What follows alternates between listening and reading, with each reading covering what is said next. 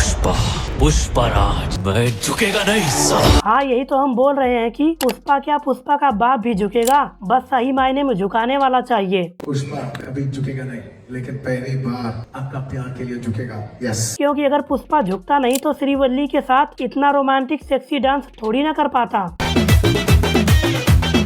रश्मिका को ये बात अच्छे से पता थी कि पिछली बार पुष्पा 1 में समांथा ने आइटम सॉन्ग करके सारा क्रेडिट ले गई थी, इसलिए इस बार खुद ही अपने स्वामी के साथ आइटम सॉन्ग करने लगी। फीलिंग्स होती है फीलिंग्स, लेकिन सॉन्ग का नाम फीलिंग और ये लोगों की फीलिंग जगा रहे हैं।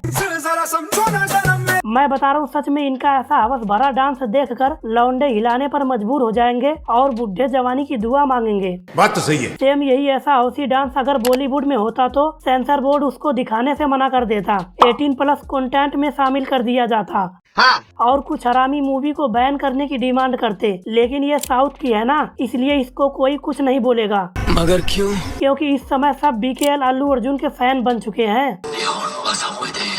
एक बात बता, तू जापानी कैसे सीखा? फिल्म की शुरुआत हुई और पुष्पा की धमाकेदार एंट्री के साथ हमें दिखाया जाता है कि पुष्पा 40 दिन तक कंटेनर में बंद रहने के बाद कंटेनर से निकलकर जापानीज बंदों को उनके ही लैंग्वेज में बात करके उन्हें ही पीट रहा है। लेकिन बहन चोद, मुझे यह बात समझ में नहीं आई कि पुष्पा तो अनपढ़ अंगूठा छाप था, तो फिर उसने जापानीज बोलना कैसे सीखा, वो भी कंटेनर के अंदर अंधेरे में। लेकिन ये बात तुम्हें सोचने पर मजबूर कर देगी कि पुष्पा 40 दिन तक भूखा प्यासा कंटेनर में बंद रहने के बाद उसके शरीर में पहले जैसी फुर्ती है, वो थका हारा कमजोर बिल्कुल भी नहीं है। नाम सुन के फ्लावर समझे क्या?